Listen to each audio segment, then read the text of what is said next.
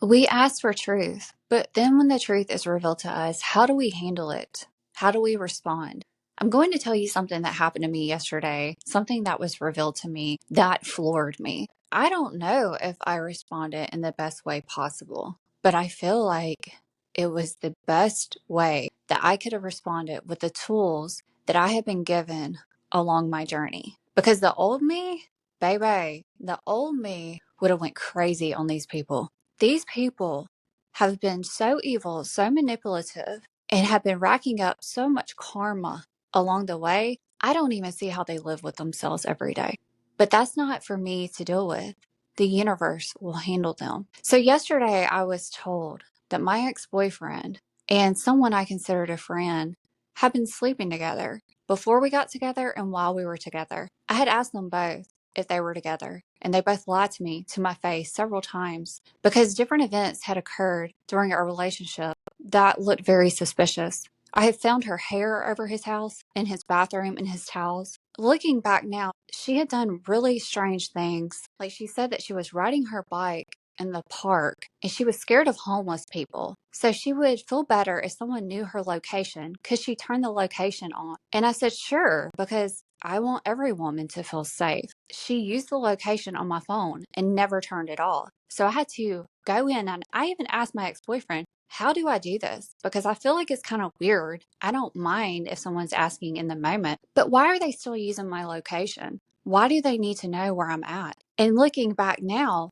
I know exactly why she needed to know where I was at. And the fact that they both ganged up against me to be in conspiracy to lie against me and can do it over and over again shows me exactly who those people are. And my intuition was telling me the whole time that I was right. I don't want to believe things like this about people. I want to believe the best in people. I had tried to help both of these people, and that's the messed up thing. And while I tried to enter both of these people's lives for help, for light in the darkness, they were very shady. And you can't help some people that have their own demons to deal with and will project on you because they have a lot of wounds that they need to work on, and that's not on you. So, how did I respond? How did I react? Well, I let them both know that I knew. I didn't have to be dramatic about it. It is okay to tell people, fuck you. And I stand by that because I think fuck you is a pretty good boundary. I don't have to respect anyone that continually disrespects me, continually harms me, knows what they're doing, and maliciously harms another person. Do I have to shame them? No, because they have shame running through their veins already. That's their whole entire lives, and their lives reflect it. I don't have to reflect it back to them for them to see it. They know it. And that's why they found each other to begin with. That's why they kept a secret, not only from me, but from other people in their lives that they do business with. A very successful man that's also on the other side of this. So I went ahead and let him know. Why keep anyone else in the dark? I'm going to shine light on everything in everyone's lives. The person that told me said she had known this for a very, very long time. And I wish that she would have told me sooner because I wouldn't have moved in with him. I wouldn't have wasted almost 3 years with this man. But that's okay. And I don't fault her for that because I understand that when you're on the other side of it, when you go to tell people, a lot of times they don't believe you. And I get that because I've been on that side so many times in my life. But does that stop me from trying? No, it does not. I will always be the person that will try to live with an open heart and try to tell the truth and will tell the truth and try to get through to others. Whether they accept it or not, that's on them. So while they sit there and they rack up karma, these two people, I choose not to be in their karma. I don't have to sit there and shame them, talk down to them, or any of that. But I will make them aware that I know because you do not fool me. Now, I did a previous episode on the signs to look for your gifts. And one of the signs was Chiron. It's the wounded healer. And this is things that we need to let go of. These are the things that we need to move out of. The wounds, the childhood wounds. All three of us have the same Chiron in Taurus. And I always thought, what a funny little hoodwink, right? Not so funny anymore because I see how it brought us all in each other's lives. This man introduced me to this woman to be a friend. How sick is that?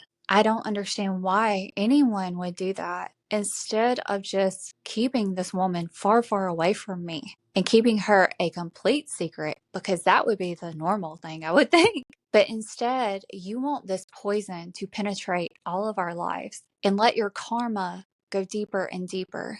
Now, I see where the Chiron in this, the wounds, had to come to the surface like lesions, like a fungus on the body, to come out, to be exposed to the light so all may see. The entity in the body must come out. So, what do we do with the Chiron?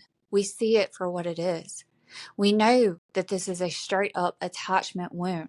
I don't have issues with attachments anymore. I used to.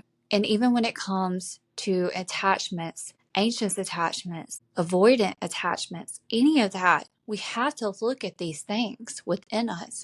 How do we operate? I used to be anxious attachment, and he is avoidant. So it was that push pull, that tug of knowing that I needed to let go of this person, but wanting to help, wanting to be that light in his darkness, and knowing when to walk away. This is literally the universe showing me, walk away from this person. He is no good. Walk away. And we need to listen. We need to know when our intuition is helping us, not to control it, to let go of that control. And it's not to say that people are wrong or right or good or evil or whatever they are.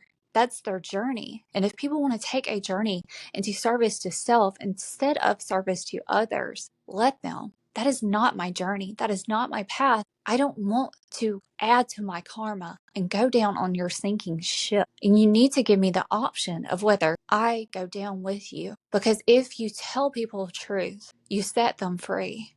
You give them options. You don't leave them in the dark. So I had to realize, because I had already broken up with this man, I'd already not been friends with her for months. And then this comes out. I had to sit and think, with this wound coming up again, here's the Chiron. What is this showing me? And this is why it's so important to have done a lot of the inner work and to observe. When anything like this happens and it comes up, what do we see in the bigger picture? Take yourself out of it to be able to observe it.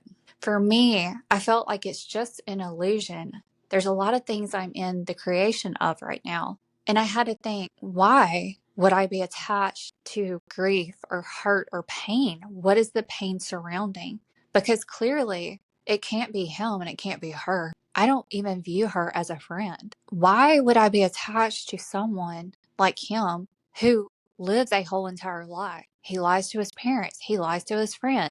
He even talks about her behind her back, like she's trash. So if he's going to do that to her, of course he's doing that to me, and talks about me to everyone else like that. I don't value people like that. So why would I value him? So what is the attachment to? This is just an illusion to try to get me out of alignment and off of my energy high that I have been on, the high of creating. This is going to say to me, will you go back to that karma? Do you go back to the looping? Or do you wish to rise above it, to change and quantum leap into a different dimension? And this is what I call the choice point, because we all have choice points in life. Life is not going to stop giving us shit. But what do we do in those moments? That's the important part. So the person that revealed this to me texted me today and she said, "Are you okay?" And was checking on me and everything. And I said, "Well, I'm better." I'm still processing everything. And then told her how I felt, the same things I was telling you. And she said that that was a reflection of my strength and my inner work. And I'm telling you, I've done so much work to get to this point. And a lot of people don't understand what that takes, because a lot of people have not even remotely gone on the journey of self-reflection and inner work, which is true accountability, because they're still in the state of denial. If I did not have this center, if I did not know how to calm my nervous system, I'm telling you, I would have done something reckless. Their houses, their yards, their cars, everything, nothing would have been left untouched, because that's how the old me operated. I was crazy. I am an Aries. We see red when we get angry. But I have since learned over the last 4 years how to regulate my emotions and my nervous system. I've learned how to move anger through and out of my body, how to transmute it, how to use it towards my advantage, because I know that anger does not need to live in my body. And that is sacred and it is righteous. But what does that look like? For me, it looks like screaming.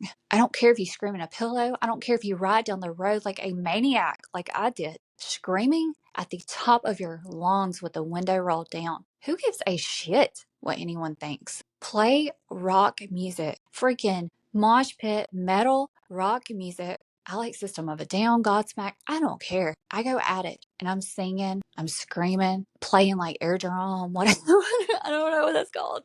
But I'm going to move it out of my body because what happens when it stays in your body, that's disease, distress, all the things you don't want. It can turn into health problems. Another good thing is rage dancing, shaking, really getting in there, getting in the body. I don't care if you like even twerk. It's good to get this stuff out of your womb to clear. So dancing, whether that be shaking, tribal type of dance, twerking, any of that. Twerking is actually really good because it's shaking those hips, that womb space. A lot of the area where rage is held, also rage is held in the chest area because of the heart. People tend to close the heart off. So another thing I will do is the tapping when the music's playing. If I'm singing or screaming, I will end up just tapping my chest instinctively because I know I have to move that out of my chest and my heart area. And I'm not going to close my heart off for anyone, because my heart is my greatest gift. And you can try to come for me in my heart all you want, but it's not going to work. Breath work is another good one. Breathe in through the nose and out through the mouth. You do not want to breathe in through the mouth and out through the mouth because that can re-traumatize you in a time like this. You really want to stabilize that nervous system, calm yourself. Meditation is good. Going out in nature is amazing. I went last night and sat on the beach, got in the water, put my feet in the water just to feel. I will never understand why people do some of the things that they do, and it's not for me to overthink, to analyze, to understand. It's just for me to observe and know that that is not me and it never will be me because I am not built like that and I do not operate like that. But what I can control is myself, my emotions, and how I react. Living with an open heart with boundaries is how I operate. I will not